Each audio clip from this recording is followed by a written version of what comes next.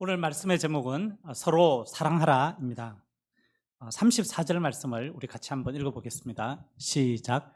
새 계명을 너희에게 주노니 서로 사랑하라. 내가 너희를 사랑한 것 같이 너희도 서로 사랑하라. 제가 잠시 기도하겠습니다. 하나님 아버지, 예수님께서 저희의 발 아래까지 낮아지셔서 또 십자가에 자기 몸을 들여 우리를 사랑하신 것을 감사합니다. 이 시간 저희가 이 사랑을 기억하고 주님이 저에게 이 사랑의 본을 보여주신 이유를 또 잘 깨달아 우리가 서로 사랑하게 되기를 간절하게 기도합니다. 부족한 저에게 성령의 기름을 부어주십시오. 예수님의 이름으로 기도합니다. 아멘. 찰스 셸든이 쓴 예수님이라면 어떻게 하실까라는 책을 아십니까? 이 책을 보면 직장을 잃고 여러 날을 굶은 한 사람이 레이몬드 교회 예배 시간에 강단 앞으로 불쑥 나와서 이런 질문을 합니다.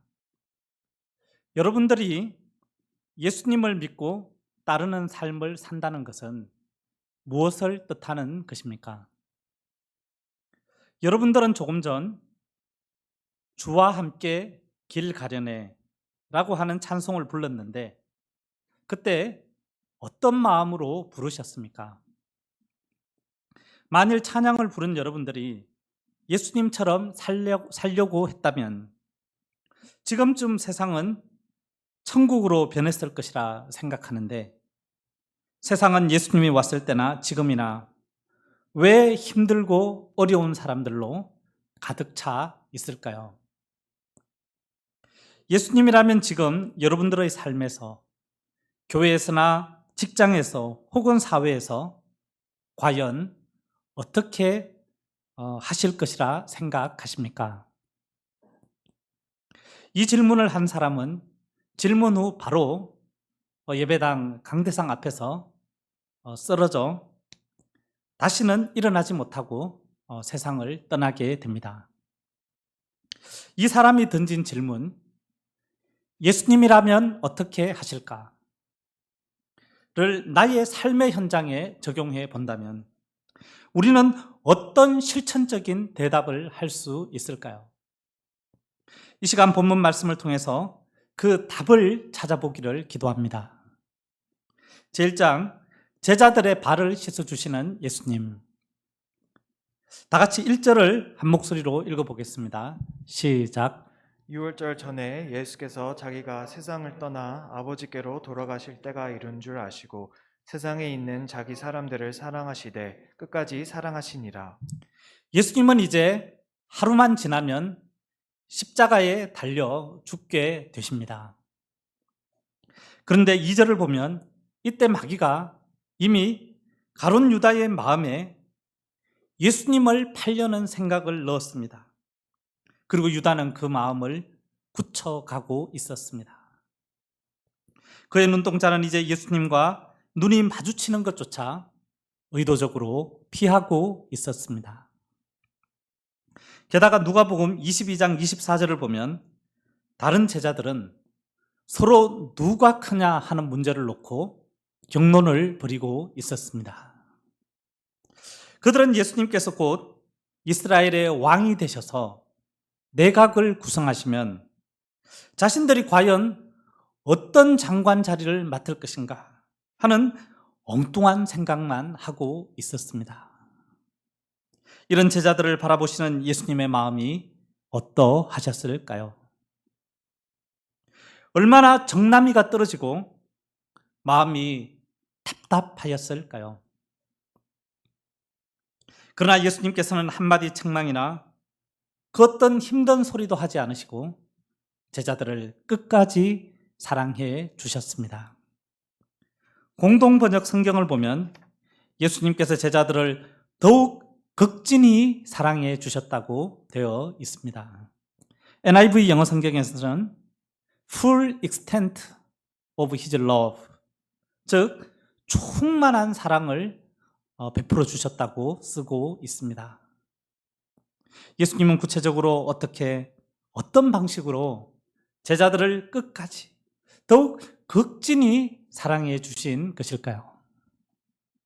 누가복음 22장을 보면 예수님은 제자들에게 양고기 저녁 만찬을 베풀어 주시며 떡과 포도주를 곁들여서 성찬식을 거행하셨습니다.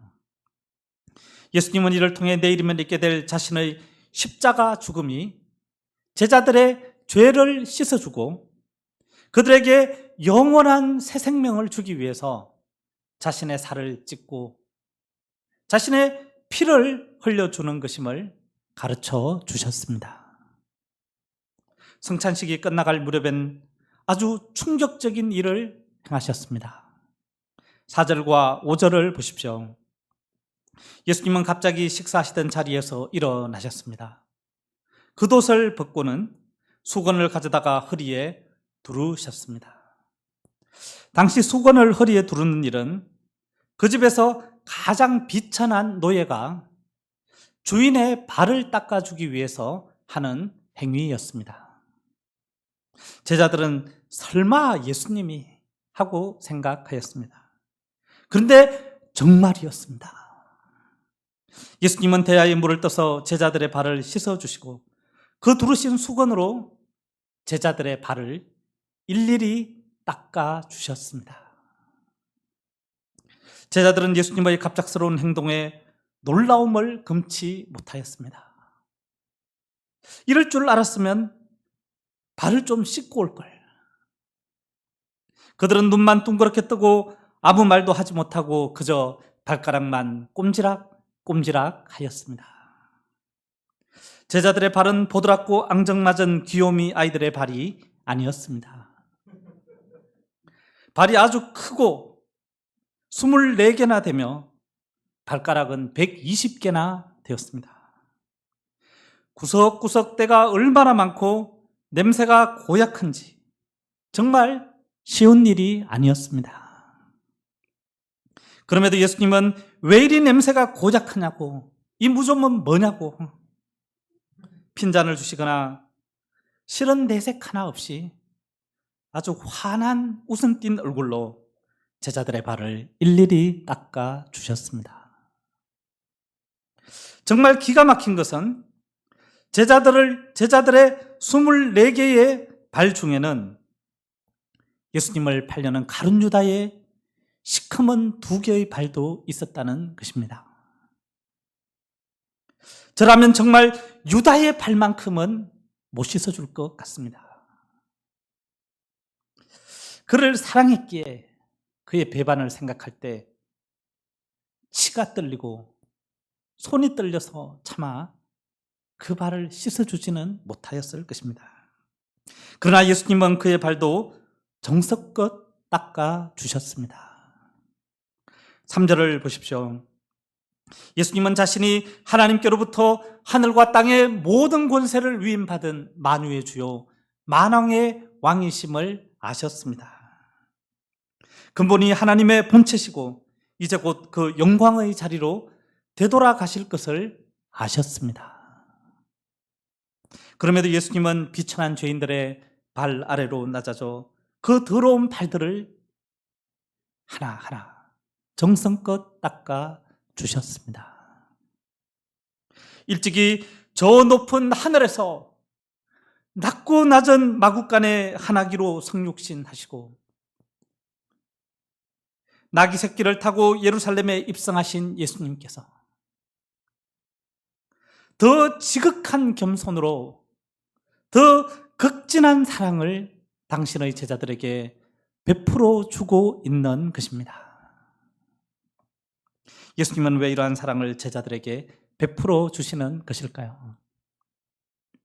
사람이 누군가의 사랑을 느낄 때는 나의 허물과 단점, 나의 아프고 고통스럽고 연약한 부분까지 감당해주고 씻어줄 때입니다. 이처럼 예수님께서도 제자들의 가장 더럽고 추한 부분을 씻어주심으로써 제자들을 향한 예수님의 참된 사랑, 우리 인생들에게 가장 필요한 가장 큰 사랑을 그들의 가슴 속에 새겨주고자 하신 것입니다. 우리가 신앙생활을 한다는 것은 죄로 더럽혀진 나의 더러운 발을 예수님께 들고 나가서 씻음을 받는 것입니다. 이는 마치 어린아이가 똥 싸고 오줌 누면 엄마에게 달려가서 그 따스한 손길로 씻김을 받는 것과 같은 것입니다. 신앙생활은 우리가 잘한 것을 예수님 앞에 자랑하기 위해서 하는 것이 아닙니다. 우리는 어차피 하나님 앞에서 항상 어리고 부족한 죄인일 수밖에 없습니다. 그러므로 우리는 항상 자신의 부족함과 죄인됨을 인정하고 있는 모습 그대로 예수님 앞에 나아가서 죄 씻음을 받고 깨끗함을 받아야 합니다. 우리가 믿음으로 우리의 더러운 발을 내밀면 예수님은 어린 아기의 발을 늘 행복한 미소와 사랑으로 씻어주는 엄마처럼 따뜻한 사랑으로 우리의 냄새나는 발을 깨끗하게 씻어줄 것입니다. 6절을 보십시오. 베드로는 황당해서 몸둘 바를 몰랐습니다.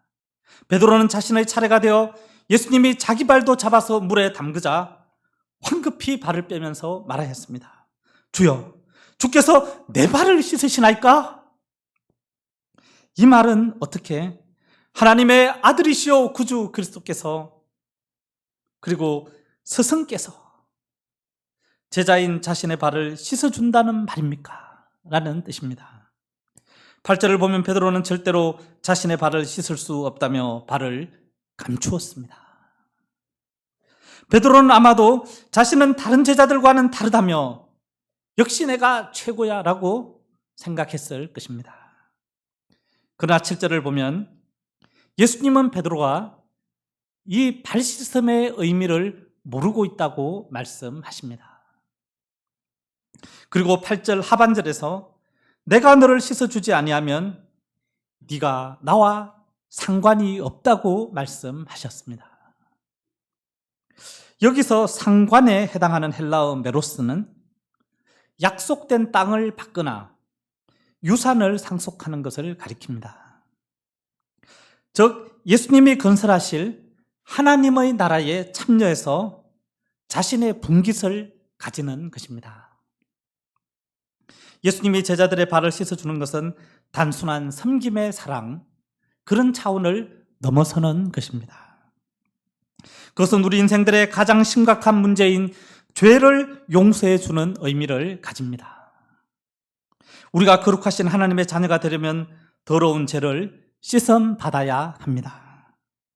예수님은 이 때문에 이 땅에 오셨고 이 사랑을 실천하기 위해서 십자가에 달려 피를 흘려 주셨습니다. 그러므로 우리가 죄 사함을 받아야 하나님의 자녀가 되고 하나님의 나라를 누릴 수가 있으며 그 나라를 상속받을 수가 있는 것입니다. 뿐만 아니라 복음을 전함으로 사람들의 영혼을 구원하여 이 땅에 하나님의 나라를 세우는 일에 우리가 쓰임을 받으며 그 나라에 참여할 수가 있는 것입니다. 우리도 그 나라에 참여해서 많은 열매를 맺고 하나님께 영광을 돌릴 수가 있는 것입니다. 그런데 이 일은 우리의 열심으로 되는 것이 아닙니다. 오직 예수님께 씻음을 받은 후, 죄 씻음을 받은 후 성결한 거룩한 심령이 되어야만 가능한 일입니다. 먼저 예수님의 사랑으로 나의 내면이 깨끗하게 치유되고 심령이 건강하게 되지 아니하면 우리는 한 양도 도울 수가 없고 한 사람도 사랑할 수가 없습니다. 먼저 내 자신이 온전하게 되어야 비로소 다른 사람도 온전케 하는 목자로 성장할 수가 있는 것입니다. 요한복음 4장을 보면 동네 사람들을 피해 혼자 물을 기르러 오는 한 사마리아 여인이 나옵니다. 그녀라고 왜 동네 사람들과 사랑을 나누면서 잘 지내고 싶지 않았겠습니까? 그러나 죄가 그녀의 마음을 무겁게 짓누르고 있었기 때문에 그녀는 다른 사람들을 돌아볼 여유도 사랑할 힘도 없었습니다. 그러나 사마리아 여인이 부끄럽고 추한 자신의 죄를 예수님 앞에 들고 나가서 예수님의 사랑으로 죄 씻음을 받고 치유를 받았을 때 어떻게 되었습니까? 그녀의 마음속에서 사랑의 화산이 폭발하기 시작하였습니다. 사랑의 생명수가 용솟음치기 시작하였습니다. 그래서 자신을 외면하던 동네 사람들 속으로 돌진해 들어가 와 보라, 이는 그리스도가 아니냐, 너희들도 이 예수님을 만나서 나처럼 행복하게 돼 라고 하며 자신의 사랑을 그 마을 사람들에게 베풀었습니다. 누가복음 19장에 나오는 세리삭개오도 예수님에게 지독한 이기심의 죄를 씻음 받았을 때 자신의 세계를 박차고 나가서 다른 이들의 세계로 들어갈 수 있었습니다. 과거 그는 자신밖에 몰랐습니다. 그러나 이제 그의 눈에 가난한 자들의 아픔이 들어왔습니다. 그래서 자신의 재산 절반을 그 가난한 자들에게 나누어 주는 사랑의 사도가 되었습니다. 이처럼 우리도 먼저 예수님께 나가서 죄로 병든 내면을 드러내놓고 치유받으면 이러한 사랑의 삶을 살 수 있습니다. 나라는 세계의 껍질을 벗고 다른 사람의 세계 속으로 들어가서 그들을 돕는 위대한 지도자의 삶을 살 수가 있습니다. 그러므로 예수님을 믿는 우리의 신앙생활에서 가장 중요한 것은 예수님께 발을 내밀어 예수님의 피로 씻음을 받는 것입니다.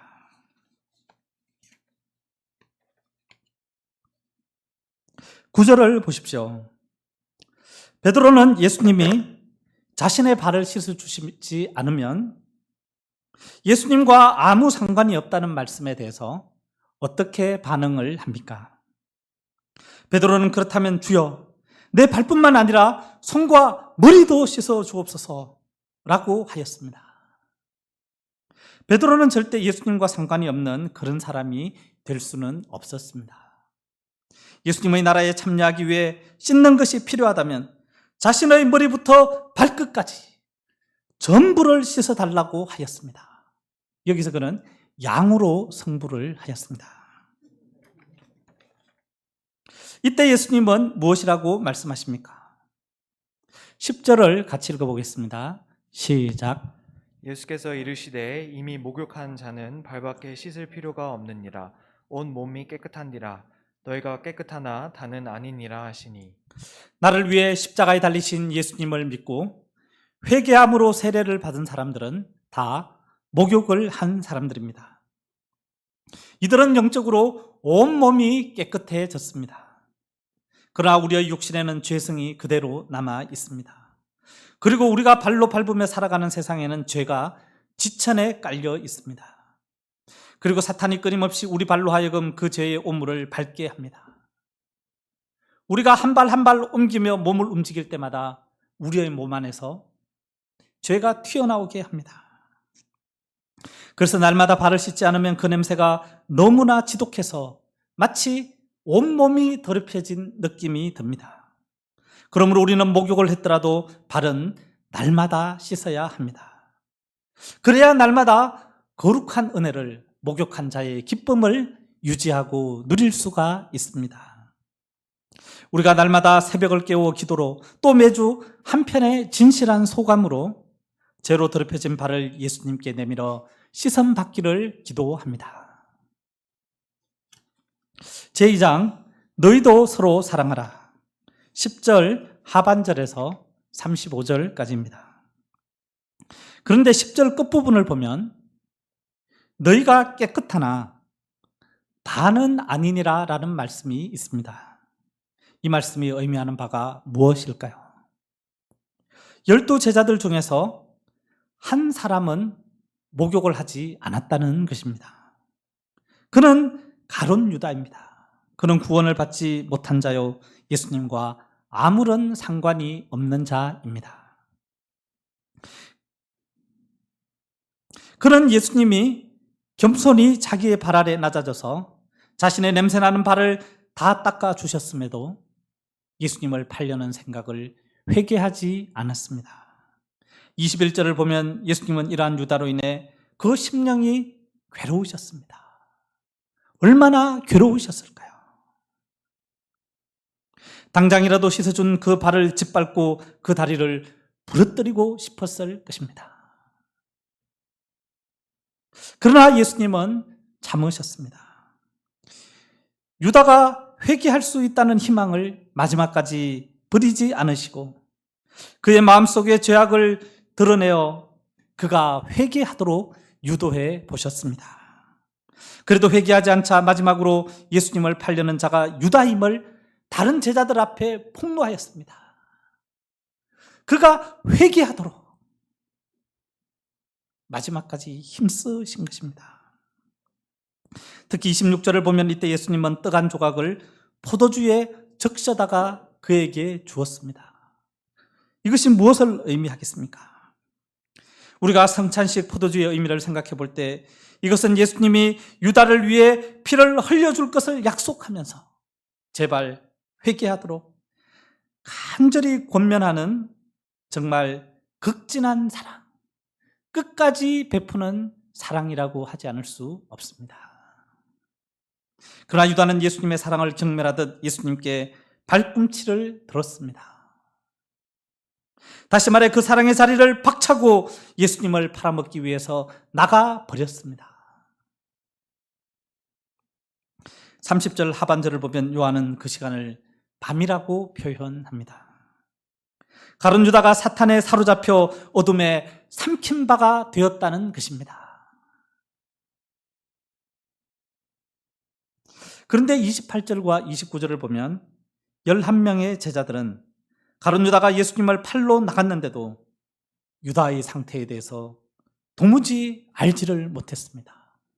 아무런 눈치도 채지를 못하였습니다. 명절에 쓸 물건을 사러 갔거나 가난한 자들을 구제하러 간 것으로 생각하였습니다. 예수님 유다가 자기를 팔 거라고 말하는데도 에이 무슨 설마 예수님이 갑자기 그런 심한 말씀을 한 귀로 듣고 한 귀로 흘려버리는 그들의 무심함이 기가 막힙니다. 그들은 3년 동안이나 동고동락한 동료에 대해서 이리도 무지하였습니다. 평소 동료에 대해 얼마나 진실한 사랑이 없었는지를 보여줍니다. 같이 복음 역사를 섬기는 동료가 어떤 영적 상태에 있었는지, 무슨 생각을 하고 있는지 도무지 관심이 없었습니다. 왜 그랬을까요? 자기 일로 너무 바빴습니다. 온통 자기 생각, 자기가 출세해서 자기와 자기 가족 잘 먹이려는 생각에만 매몰되어 있었습니다.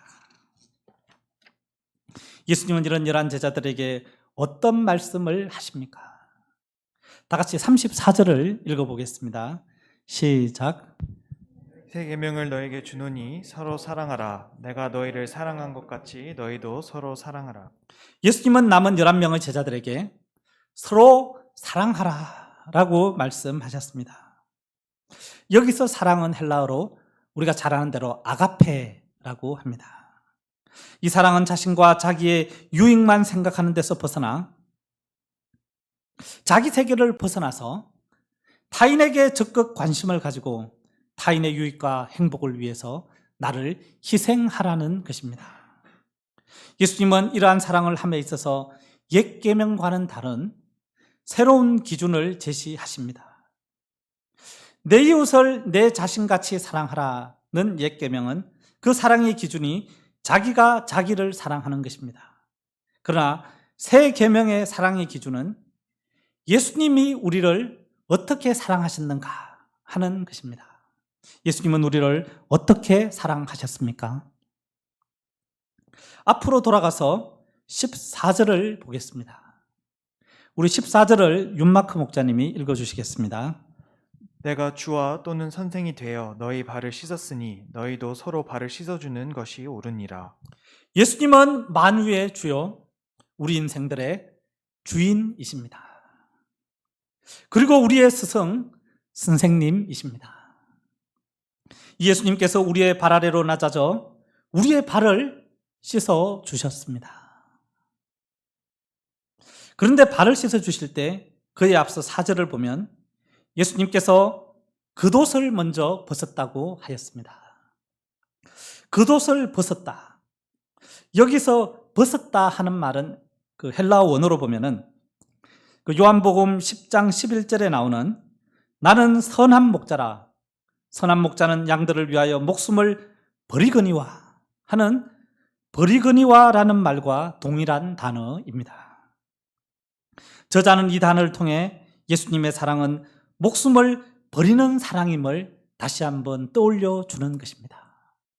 예수님이 제자들의 발 아래로 낮아져서 그들의 발을 씻어주실 때 예수님은 십자가에서 자신의 목숨을 버릴 것을 생각하면서 그 마음으로 제자들의 발을 씻어주신 것입니다.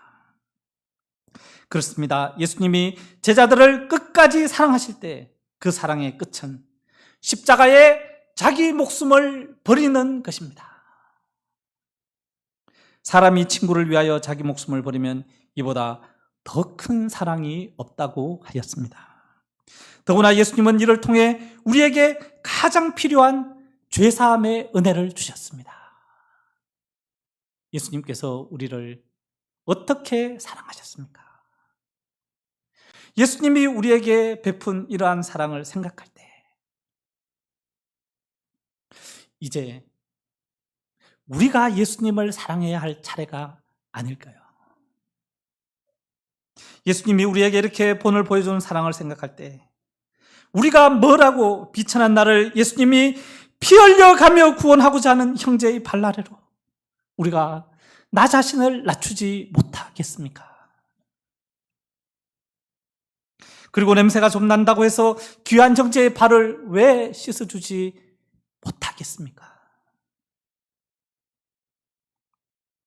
우리에겐 내가 저 사람보다는 낫다는 생각, 내가 자존심이 있지 절대 저 사람보다 낮아질 수는 없다는 마음이 있습니다.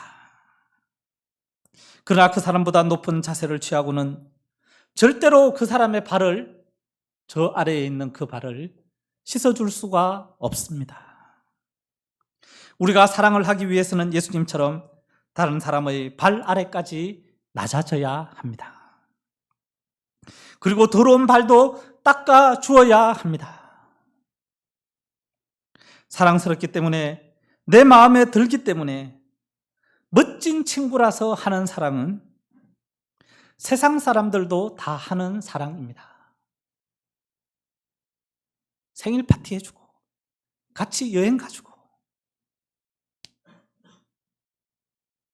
같이 이야기 좀 들어주고 술 한잔 같이 마셔주고 세상 사람 다 할 수 있는 사랑입니다.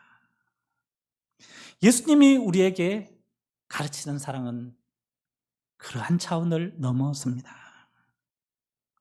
우리 신자들은 상대방이 비록 허물이 많고 심지어 나에게 해를 가하고 상처를 주더라도 용서하고 감당해 주는 것입니다.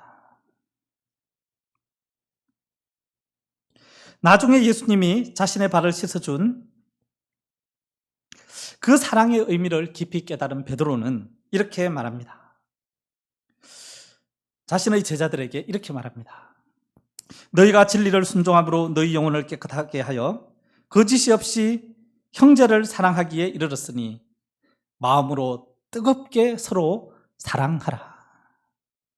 베드로는 우리가 이렇게 마음으로 뜨겁게 서로 사랑할 때 그 사랑은 허다한 죄를 덮는다고 하였습니다. 세상에는 두 부류의 사람들이 있습니다. 똑같이 어떤 사람의 허물과 약점과 죄를 발견해도 이해해주고 감당해주고 더 나아가 씻어주고자 애를 쓰는 사람이 있는가 하면은 그것들을 지적하고 비난하고 정죄하고자 열을 내는 사람들도 있습니다. 형제의 기쁨을 같이 기뻐하기보다 형제가 잘 되면 시기하고 미워하고 악을 행하는 사람도 있습니다. 전자는 자신을 낮추고 희생해야 해서 어렵지만 후자는 말만 하면 되고 침만 뱉으면 되기 때문에 아주 쉽습니다. 베드로전서 5장 8절을 보면 사단은 두루 다니며 삼킬 자를 찾는다고 하셨습니다.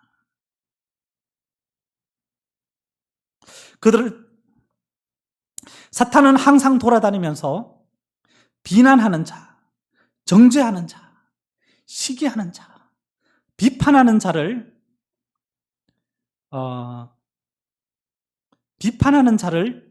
찾습니다. 그들을 통해 예수님의 피로 한 몸이 된 형제들 사이를 이간질하고 공동체를 파괴합니다. 반면 우리 예수님은 항상 이해해주는 긍휼의 사람, 다른 사람들의 허물과 죄를 씻어주는 사랑의 사람, 다른 사람들의 기쁨에 적극 동참하는 사람, 그런 사람들을 찾으십니다.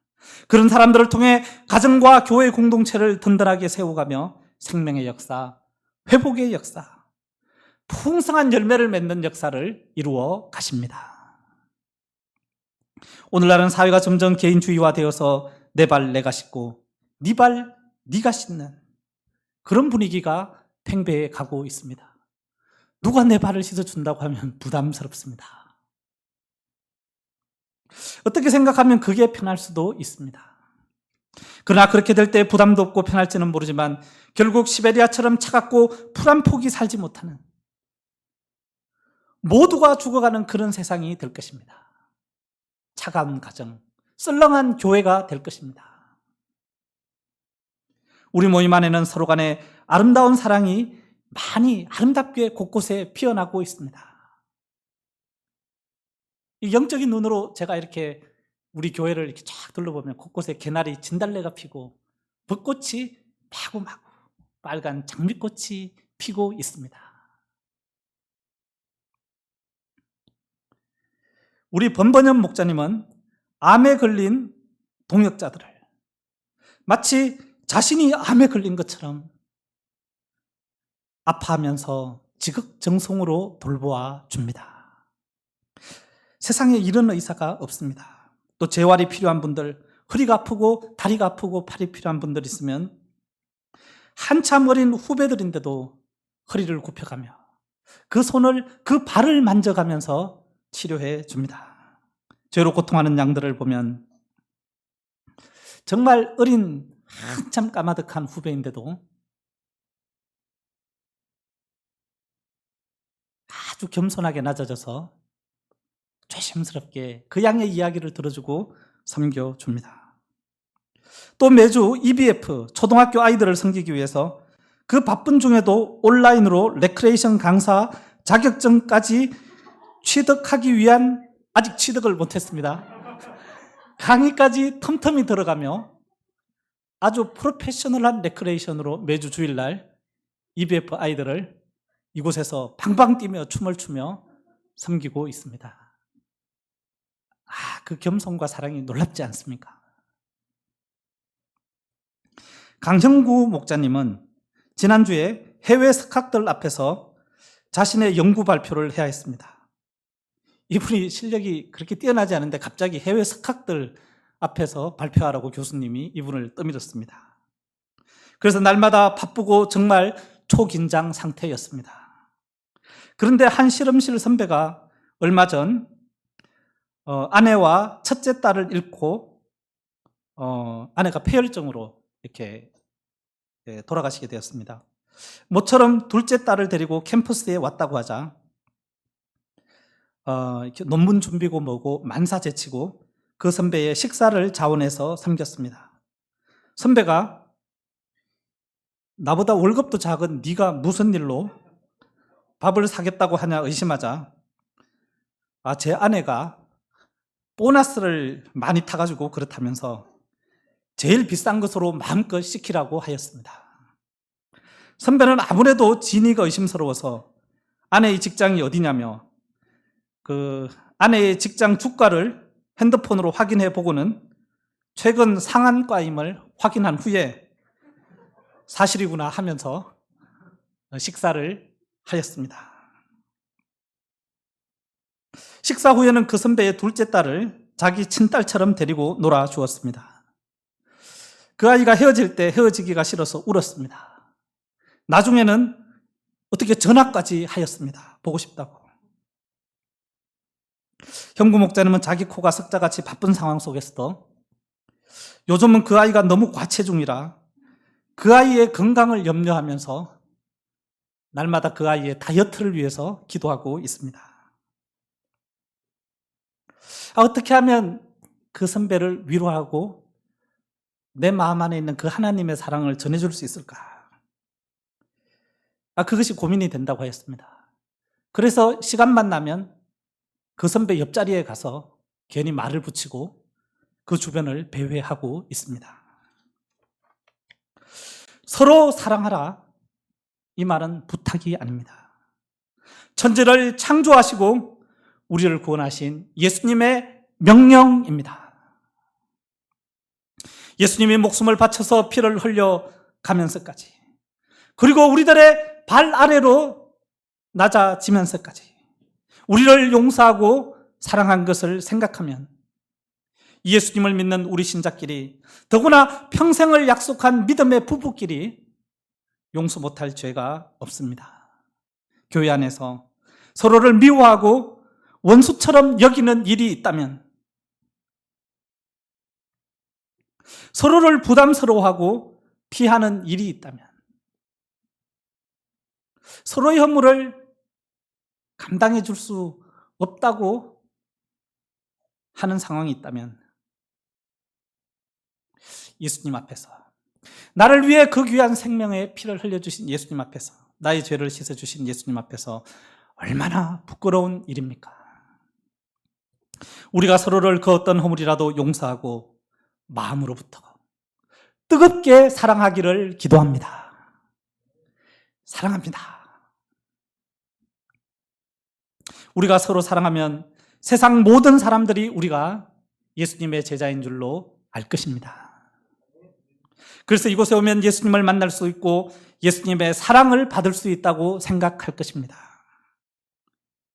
그러므로 우리가 예수님께 받은 사랑을 기억하고 서로를 뜨겁게 사랑하는 공동체를 이룰 수 있기를 기도합니다. 제가 기도하겠습니다. 예수님, 저희를 위해 십자가에 달려 피를 흘려주시고 그 피로 저희들의 냄새나는 발까지 씻어주신 것을 감사합니다. 주님께서 저에게 베푼 사랑을 기억하고 저희가 주님의 명령에 절대적으로 순종해서 서로를 깊이 사랑하는 그러한 사랑의 공동체를 이룰 수 있기를 간절하게 기도합니다. 예수님의 이름으로 기도합니다. 아멘.